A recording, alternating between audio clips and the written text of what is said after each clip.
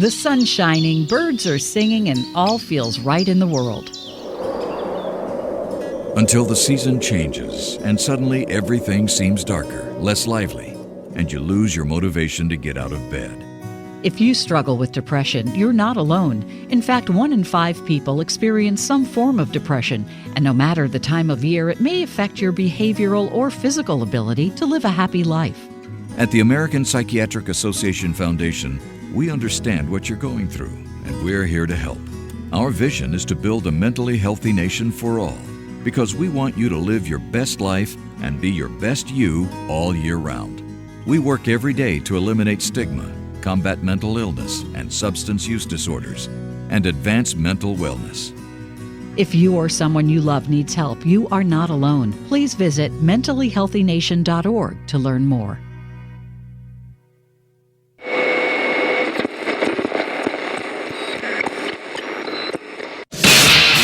You can stop the search for something intellectual and fulfilling. You've tuned into the Diary of a Bald Man, and there is no going back. Let the moaning, groaning, and bitching begin in 5, 4, 3, 2, 1. Hey everybody, welcome to Diary of a Bald Man. This is Alan Wolford, your host for this series on Inside the Bald Man. I just wanted to wish everybody a happy new year. I hope it was a great start to you. I hope that your anticipation of this year exceeds what you have for the past few years, that you not only meet but attain those goals. We had some difficulties, everybody, you, myself, my family, our friends, our associates, with a variety of things in the past, probably 5 years, past the pandemic and looking into the future. But, let's start with a clean slate. Let's get going. And I want to thank you personally, for everybody that's subscribed, that's wrote in since we started this, add-on to the series Diary of a Bald Man, for any of your insights, your views, and your positions on how you feel this is going, especially with the voiceover team. Thank you for that. Thank you for taking that time and considering what you wanted to say and what you wanted to put out there. And I am grateful for you being here. Thank you for joining us again. So before we get going, Edith, how was your holiday season? I know with Christmas, we spoke just before the New Year's. How did your New Year's end up going? I know it was kind of busy with the boys. You said there was a lot going on. It was hectic, but very enjoyable. The boys created their first TikTok video of the fireworks displays and of their grandfather trying out an old cooking style by laying the steaks directly on the coals. That was a very unique culinary experience, but one we'll definitely try again, but not with hamburgers for obvious reasons. Well, that's pretty neat. I'll have to take a look at the video. I actually, back in the day, it's been years and years and years ago, I actually tried that one time where you cook directly on the coals, and, it was pretty neat. I had a couple of issues because I forgot, it had to be a certain color to the coal I was using before you laid the meat so it wouldn't really stick to it. And then when I pulled the meat off, I forgot to, scrape off some of the residual materials from it. But I enjoyed it. It worked really good. I can understand the hamburger with the fat content. You'd have to use a leaner meat. But I also learned the hard way when you're using sausage and it starts boiling out, the fats and stuff like that it can actually flare up. So I'm glad you guys got to see that. I like to see the video. So we'll talk about that later. So I'm getting ready for the show, guys and ladies, and people that are of an undecided thing. I'm going to turn it over to Edith. Edith, if you would, please introduce today's show, and we'll get started. And if you need to take a potty break, please blink twice. Okay, everyone, if this is your first or even fourth time joining Inside the Bald Man, this series is a combination of interviews to get into the cranial vacuum of the show's host, Alan Wolford. Many of the questions presented in the majority of the previous and future shows are from our vast listening audience from Europe, Asia, the South Pacific, South America, and even here on the continental United States. Hell, even Canadians and 2 listeners in Antarctica have chimed in recently. Today's show was comprised of items, articles, social media posts, and other communication formats found by the Inside the Bald Man voiceover team. We are responsible for the formatting of the questions, but have nothing to do with any of Alan's responses. He owns that shit. Oh yeah, I definitely own that shit. That was a good way to intro the show. So, Edith, what is our very first question? I know none of these are from any of our listeners or subscribers. We didn't tell them about this until we were discussing it on the last show, and I know none of these were the AI generated. This is stuff that you and the team found to be of interest. So, what is the very first question you've got? This question came from my dad when we were talking about me co-hosting this and took a minute for him to decide on what would be a good opener. So the question he came up with is this: in your short time in life, what do you believe to be the number one thing that all women want? Well, yeah, it's been relatively short, with me turning 57 here on January 14th, being in relationships relatively, it has been short. But my answer, final answer, that all women want is for their partner to be able to find the clitoris. Hands down, the clitoris. You have got to be shitting me. That is the thing that you think that all women want. Hey, don't get mad at me. You were part of the auditing process when we were thinking about this show, and we watched some of the old clips on Dr. Ruth and, Katie and some of these others that talk about, women's health and some of the things that happen. And you got to remember, one of the things that Dr. Ruth pointed out that was a problem with both sex education, things like that, women would say, well, the sex is this, but he keeps missing the clitoris and he keeps doing this and, not being able to stimulate me in the way that I stimulated him. What'd she say? The reason they couldn't find it is there is no roadmap. Everybody has a different sensory point. And Dr. Ruth said the problem with men not being able to satisfy the women was the women were not communicating. Hey, touch here, rub here, lick here, bite here, do this. Tell me I'm fucking wrong. Okay, you got me on that. I do remember that on 3 different recordings we reviewed, Dr. Ruth and others in the field did state that women need to communicate more because of being frustrated with partners. You would think that just being female, that the geography would be similar and that the same form of stimulation would work with everyone. Okay, so see, you just added to the story. You as a woman just said that you would think that the geography would be the same with everyone. And you got to remember, you've got people that are big boned, you got skinny, you've got people in the medium grade, so their geography is going to be spread out, or it's going to be compacted, or it's going to be aligned into a different way. And it's going to be different for everybody. That's why you have some kinks where women like to be spanked, or guys, and some can't stand to be tickled because it's painful. Basically, we do have the same geography, we do have the same anatomy, but different things for different people. Their environment creates so many different things. So let's get off the clitoris and, misidentifying anatomy on a variety of people. And let's get into the very first question. Now that I've answered that and corrected you, and, we brought Dr. Ruth back into it. But for those listening, one of the things we did find, and, this can be backed up by Edith.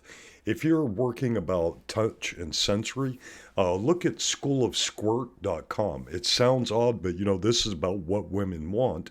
And Andrew and Isabel Mayock have whole programs available where you can learn sensory, manipulation through massage and communication and things like that. And again, it's called schoolofsquirt.com.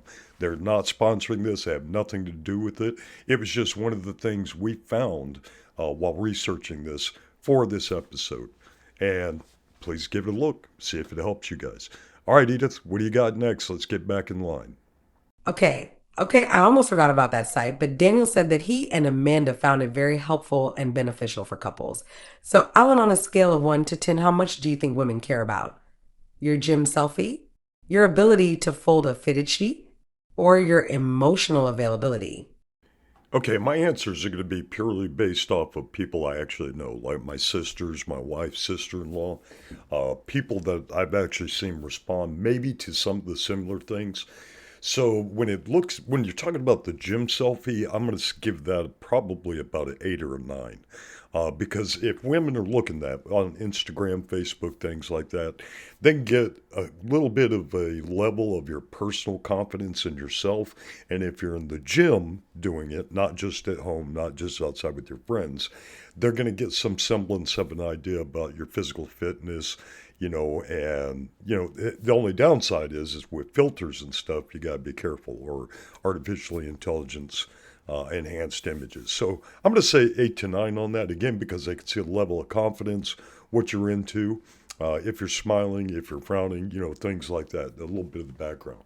Your ability to fold a fitted sheet. Now, since fitted sheets are the big thing now, because people don't know how to make beds like they used to. It's cumbersome. The fitted sheet fits a little bit better. Showing your domestic capabilities, the fact that you can do laundry, the fact that you can put it together. I would say, depending on how that girl or woman or partner grew up, that would be a strong 10, because can you take care of yourself? Can you take care of your personal effects? Do you have the ability to do domestic chores and things where you're going to be somebody that's going to assist and they don't have to be your mom or your dad and, do your shit for you? Emotional availability is going to be a 10. If you're with an introvert and you're an extrovert, things like that, you want somebody that, they're not afraid to be sad with you, to show anger or happiness. Nobody wants to see anybody angry, and you worry about that flow-through effect.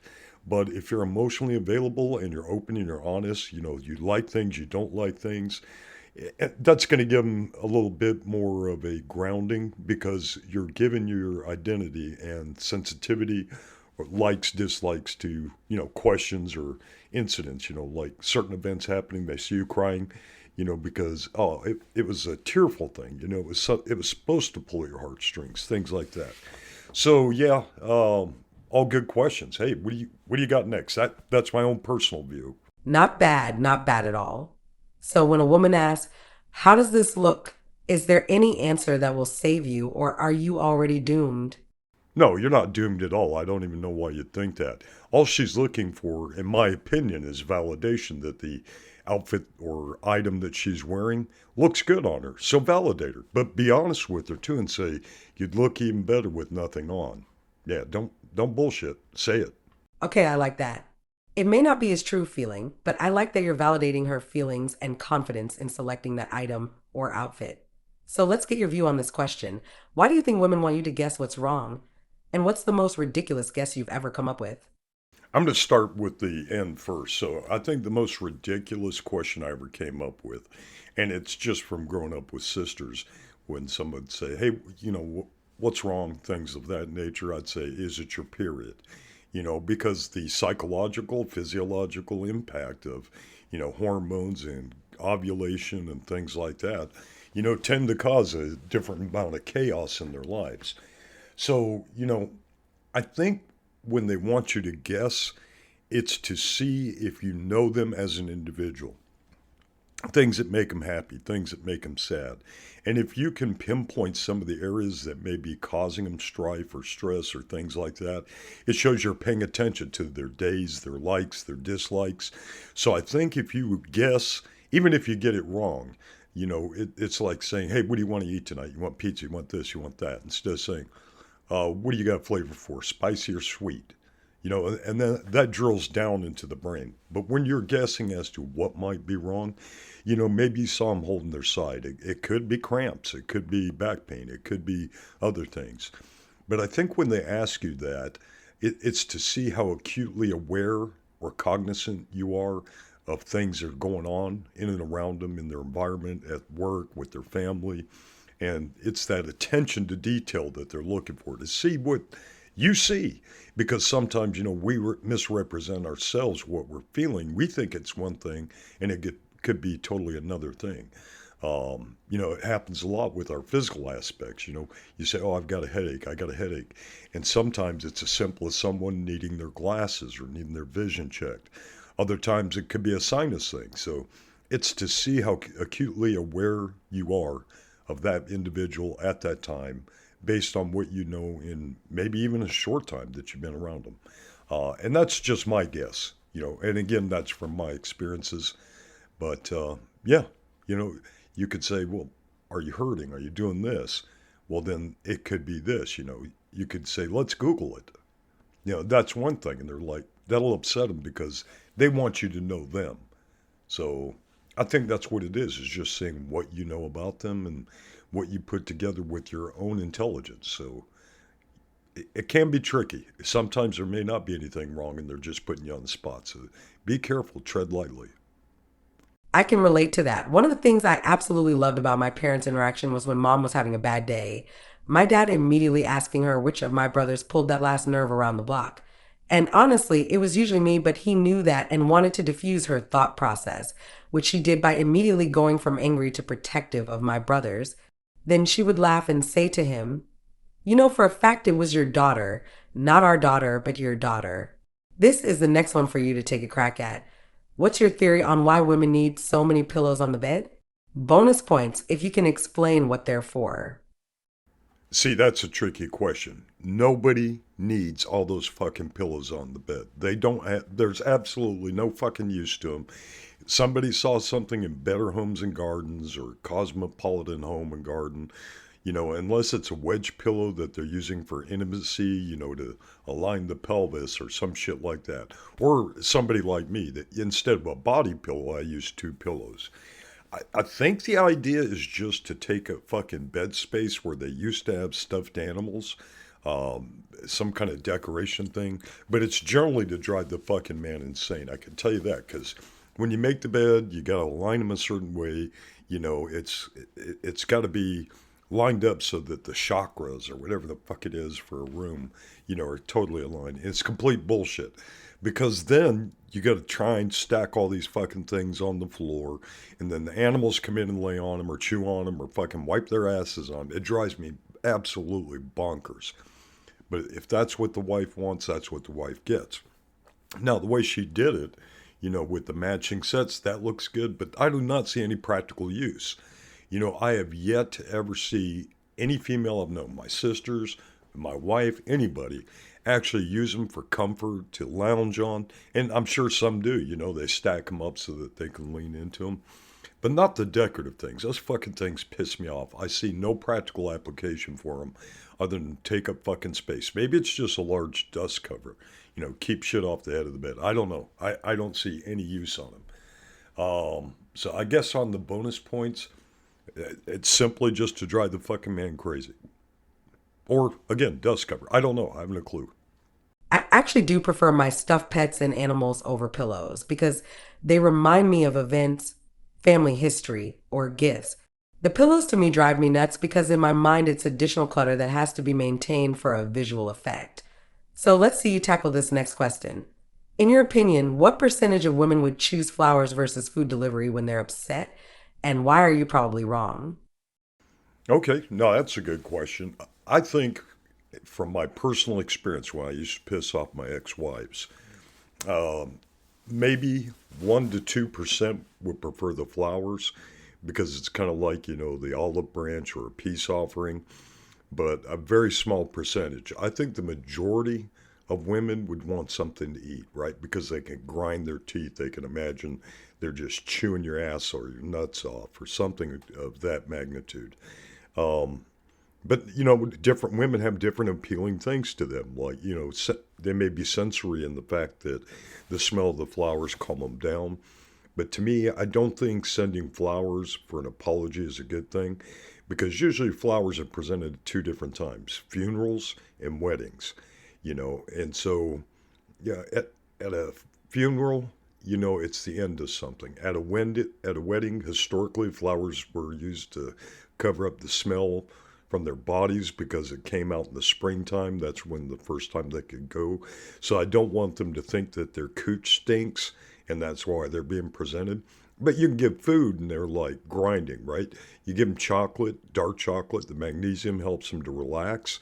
You get them ice cream. Hopefully they get a brain freeze and they forget what the fuck you pissed them off about.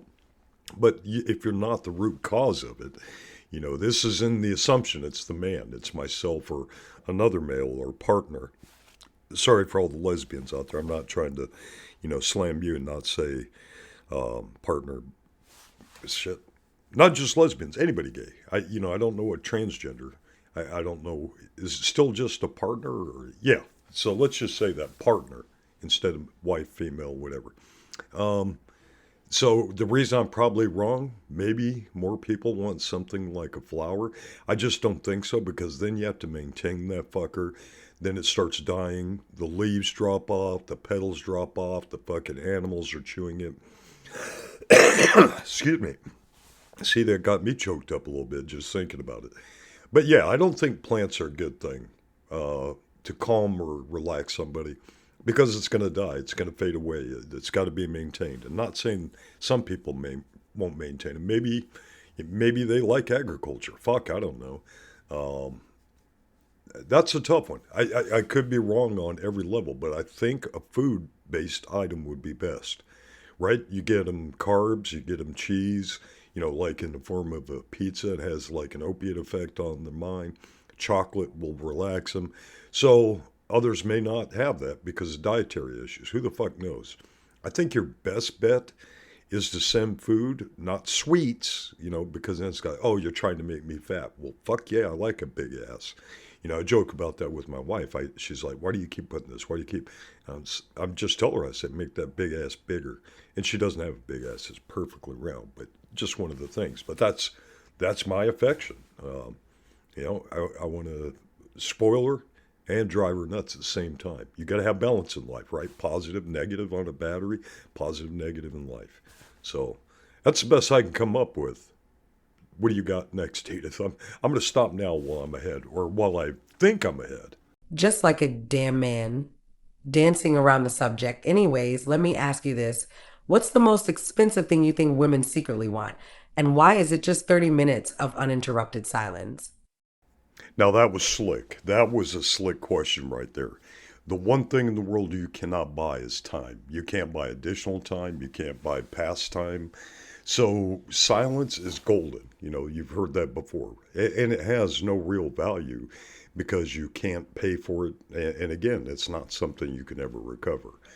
With our environments being so cluttered with social media, work, family obligations, friends, things of that nature, the ability just to have silence and to, emotionally and mentally recover from whatever they just came out of has a value that just can't be compared to anything else. We can buy all kinds of like tangible items and foods and devices. And I mean, it's just endless list, but it's invaluable. 30 minutes, with no interruption, just to be able to kick back for a few seconds, not so much meditate, but to recover. I think that's probably one of the greatest gifts ever, and then once they're finished, then they can come around and you could start saying, well, how was your day? How is this? What can I get for you? If it's that. And they may say, hey, just give me a little bit longer. And that would be one of the greatest gifts ever. Just the fact that they don't have to accommodate somebody else's desires and, rambling, communication, things like that. Just to have that silence to recover from everything else. That's a good question. I think if we gave each other that, I always say plan, prepare, communicate, and engage. But if you gave somebody the option just to sit back, read a book, look at TikToks, like my wife, that's how she decompresses. She'll watch a TikTok. Now, I know there's visual and audible to it, but she's not having to, respond to anything. That's probably one of the greatest gifts ever, and on her days that she's off and she's got downtime, she's not really wanting to get out and travel. So that is a valuable gift. I mean, it costs you nothing and you can't purchase it. So great question. Really, really great question. Following up to that, a lot of people think that it costs something every time you do something. And it really doesn't. It's just what we think we have to do. And guys are probably some of the worst at that. 30 minutes of uninterrupted silence. Hey, give it to her. Give her an hour. Give her 2 hours. Good question, Edith. I'm sorry, that one just caught me off because it's incredibly intellectual, and it's just a good thing. Something I was not anticipating with this line of question.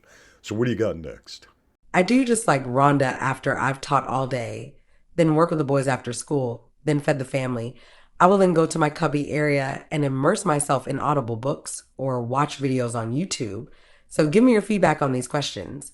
As of 2023, there were nearly 4.5 million creators on OnlyFans. The first question is, why do you feel that this is such a popular venue for women to want to participate in? Secondly, what are some of the consequences? Wow, that's a lot. I didn't even comprehend or even consider that there would be that many OnlyFans pages. Over the years since the pandemic, you've seen like teachers, law enforcement officers, female law enforcement officers, and others that either resigned or were fired from jobs because of having an OnlyFans page. So I really only thought maybe, you're not going to be stupid and say a couple of hundred, but maybe a couple of thousand. I would never have thought millions. So whoever created that must have given women the feeling that it was a safe place to put content. I mean, I've not seen an OnlyFans page. I had previously during the pandemic. There was one creator that was all about body art. It was tattoos, piercings, things like that. But I guess it's taken, if you see some of the news about some of the content providers, having sex.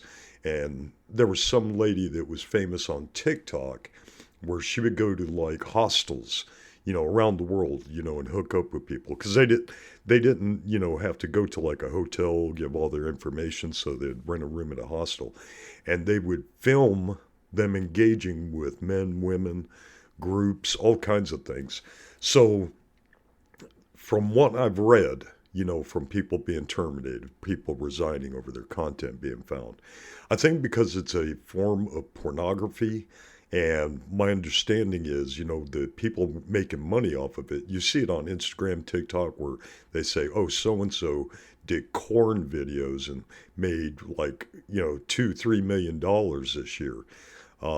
So probably for, getting validation or recognition, especially somebody that may have low self-esteem, not saying everybody, but it may be, kind of a draw. So if they can get money based off their looks, that'll boost their morale, that'll boost their confidence because they're making money not even being with the individual, hypothetically, but because that person is paying them to see them.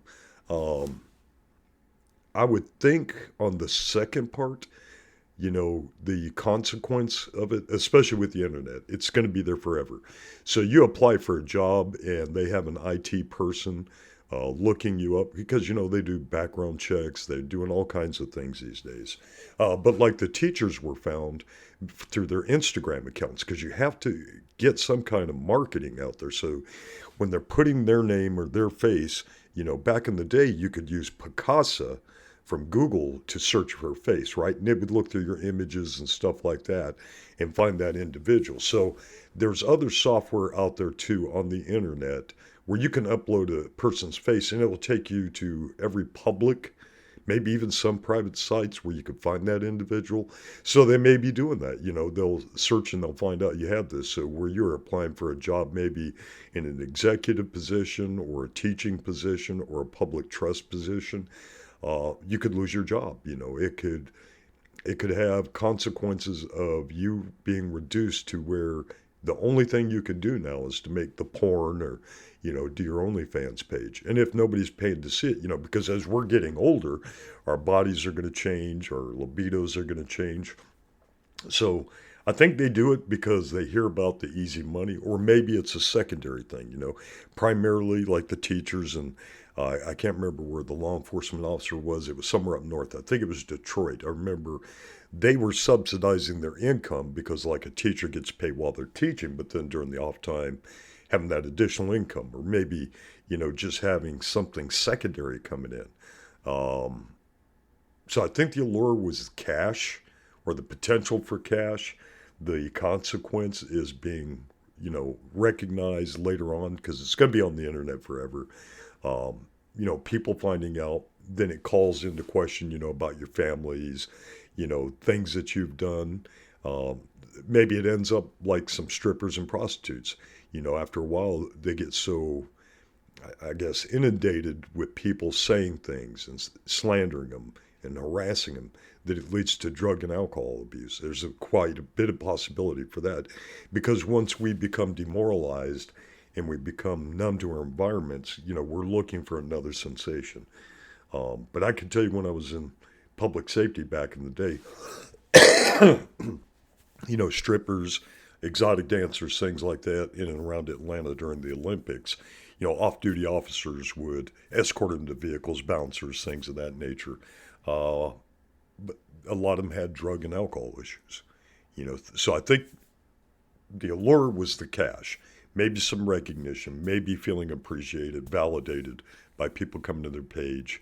The consequences, people coming on there and saying hateful things, other women jabbing at them, lowering their value, or their not true value, but just, getting into that emotional side and causing stress and saying, oh, you slut, you whore, you're doing this. And they may not be doing anything other than posing nude. Who knows? Again, not having seen the content to be able to say what they're doing. You do know that, again, following on TikTok and Instagram, some people will talk about creators making a lot of money. That one creator that was traveling the world, going to hostels and being thrown out because people recognized her, and was like, well, we don't want you screwing our guests. We don't want porn being created in here, bloodborne pathogens, things of that nature. It's tough these days. People keep getting these influencers on social media saying, oh, you can make a lot of money. You can be recognized, appreciated, loved. And it's not true love. It's not true appreciation. It's just somebody looking at a minute through a piece of glass or plastic or cellular device at you and just sending money, because they're lacking something. They don't have somebody in their life that they can give that attention to, or something of that nature. But I think the consequences would be worse, because, a lot of criticism, a lot of people losing their jobs, especially once it gets found out. And, simply later in life, you may have kids that get on that. They'll say, hey, did you know your mom did this and that? Or your dad did this and that. I'm sure there's got to be males on OnlyFans. I'm not going to Google that or anything, but that's my answer. That's something, we need to consider, especially with mental health. Why do they need that much money? It's obvious. Better life, or what they can possibly conceive would give them a better life. But I think a lot of it is just quick money. Don't have to go anywhere. I wouldn't think. I wouldn't know. Get a lot of fans. I'm doing that little finger air quote thing. But the consequences, I think, are pretty severe. The potential consequences are severe. Possible assault, things of that nature. Not just on your name and, your family, but reputation, everything across the board. Good question. It's sad. Wow, it's sad that over 4.5 million. That's a big number. That's a big number. All right, Edith, you blew me away with that one. What else have you got? I was just as surprised as you when we saw not just in the massive numbers, but in the fact that great many content creators are college students, single mothers, nurses, and flight attendants. So after that question, and in your own opinion, what do you think are the top 3 needs of women? Wow, Edith, that is a really good question. So probably the top things that I think women want, is to be recognized. Not because of some stupid shit that's on like OnlyFans or something like that, but to be recognized that they're alive, they're tangible, they're worthy. They have a contribution to make to society, to your life, to your family. So to be recognized for who they are, not what they are. Financial security. Financial security would be a huge thing. Because everything right now is in turmoil since the pandemic, the cost of things. Now, some go to the extreme, obviously. They let influencers get into their mindset, and it's like they have to be part of the herd, wearing the right leather, having the right shoes on their hoof, whatever the fact is. I'm not comparing a woman to an animal. I'm looking at how society treats them. Oh, you're not going to be dressed to the nines if you don't have this, and you're not going to smell good if you don't have that. But recognition, let's just recoup that recognition for who they are, not what they are. Financial security, and a lot of women that I know, from both my wife, my sisters and stuff, is to have a male that's going to stand up, that's going to take charge of those circumstances and times where they want that kind of influence. They want somebody in charge. Women throughout the ages since the Industrial Revolution have had to do mother and father duties. A lot of single mothers out there, a lot of single fathers out there too. But it's to have, a strong-backed, strong-willed person to support them, lead them, and guide them. Not tell them what to do, but, just be that outside voice that, helps them get motivated, helps them get that drive and determination to take on, advanced tasks and things where you just need a little bit of extra support. So individualism, but with recognition for that, financial security, and a stable relationship. It doesn't have to be a man. It could be a strong-willed woman, but, having members in the family that are gay and lesbian. Yeah, a lot of lesbian relationships don't make it. High divorce rate, things like that. I'm not trying to talk anybody out of it or talk about the LGBT community in a negative manner. But, same as men, we want to be recognized. We want to, be able to get through the day where somebody is compassionate and empathetic and caring. If things go bad, shit goes wrong all the time. But we want somebody strong to stand beside us and say, I got your back. Great questions. I wish we could go more in depth. I know we had to change this because the original program would have taken about, 2-3 hours? But, yeah, for all of our listeners, when you listen to the end of the show, go into the show notes and put down what you think or what you feel women want. All right, Edith, I appreciate it. And before, I hand it off to you for closing, everybody, I just want you to remember, you can't reach any goal without communication with a partner.